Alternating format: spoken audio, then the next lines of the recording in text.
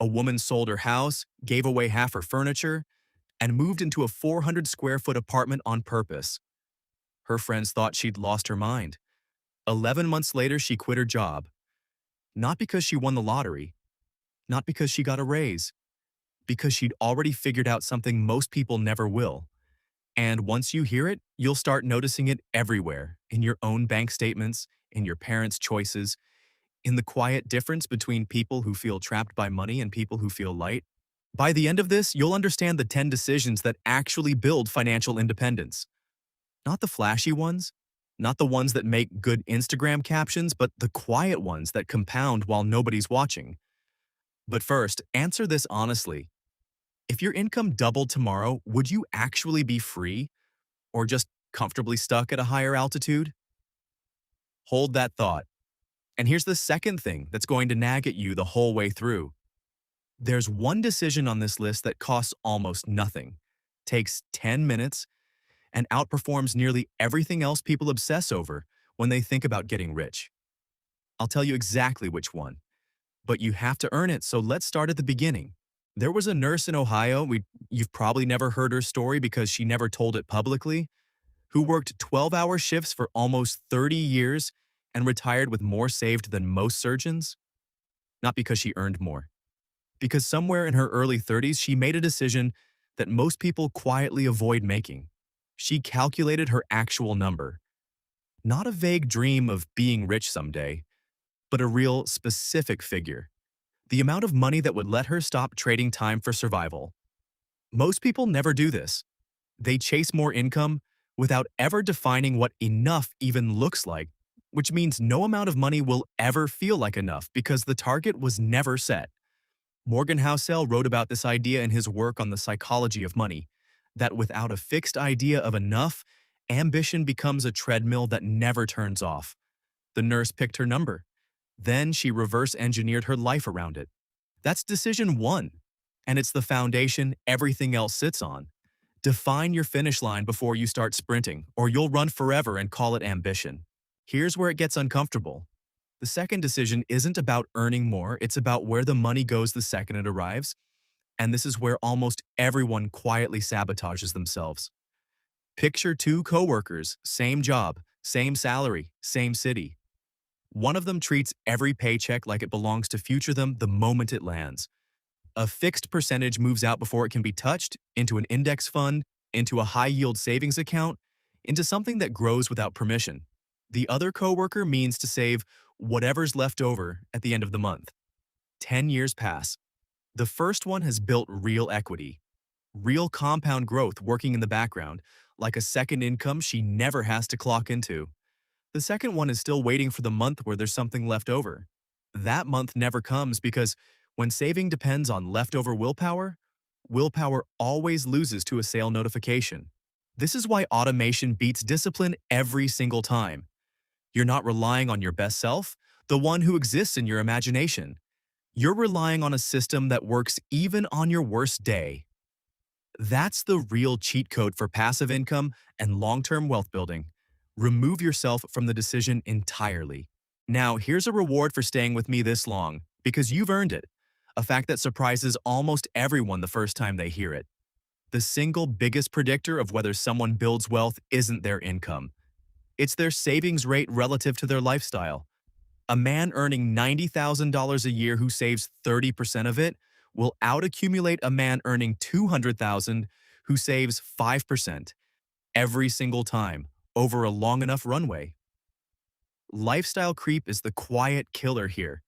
The almost invisible upgrade from a two-bedroom apartment to a three-bedroom, from a used car to a new one, from ordering takeout twice a week to 5 times, all justified by "I earn more now, I deserve better."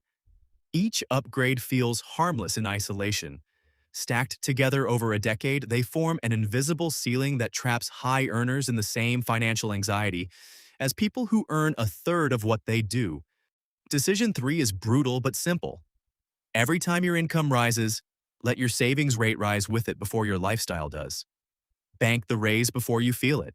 Let's talk about debt for a second because this is where the tension really builds. Not all debt is the villain people make it out to be. That's actually a myth that keeps people poorer than they need to be. There's debt that finances things which grow in value or generate income, and there's debt that finances things which lose value the moment you drive them off the lot or swipe the card at checkout. A young couple I heard about took out a loan to buy a small duplex, lived in one half, rented out the other. The rent covered almost the entire mortgage. Within 6 years, tenants had paid down a six-figure asset on their behalf, and the couple had barely felt the cost. Compare that to the version of debt most people carry: credit card balances rolling over at 22% interest, financing things that were forgotten within a month of purchase. That's decision 4. Stop treating all debt the same. Ask one question before you borrow a single dollar. Is this going to make me money, or is it going to make someone else money off me? Here's a reframe that tends to land hard the first time someone actually sits with it. Financial freedom isn't about having a big number in an account somewhere. It's about the gap between your expenses and your passive income, the money that shows up whether you work that day or not. This is decision 5, and it's the one that separates people who feel rich from people who technically are rich, but still feel like they're one bad month away from disaster. There was a man who ran a small print shop for 20 years. Nothing glamorous, no headlines, no venture funding. He didn't get wealthy from the shop itself. He got wealthy because every year, without fail, a portion of the shop's profit went into dividend-paying assets and a rental property he barely thought about. By the time he sold the business, the shop had become almost irrelevant to his net worth. It had simply been the engine that funded the real machine running quietly in the background. That's the goal. Not one dramatic payday, a second income stream that doesn't require you to show up. Now the pivot, the part that changes how you see everything you just heard. Every decision so far sounds like it's about numbers. It's not, it's about identity. The people who build lasting wealth don't think of themselves as trying to get rich. They think of themselves as someone who already is the kind of person who saves automatically, who questions debt, who defines enough. The behavior comes first, and the identity catches up, not the other way around. This is why two people can read the exact same advice, attend the same seminar, watch the exact same content, and one changes their life while the other forgets it by dinner. The difference was never information. Almost everyone alive in 2026 has access to the same knowledge about compound interest and index funds and financial independence. The difference is which one of them actually became the person who does the boring thing on a Tuesday when nobody's watching and there's no reward for another 11 years. Which brings us to the decision I promised you at the very start, the one that costs almost nothing and outperforms nearly everything else on this list.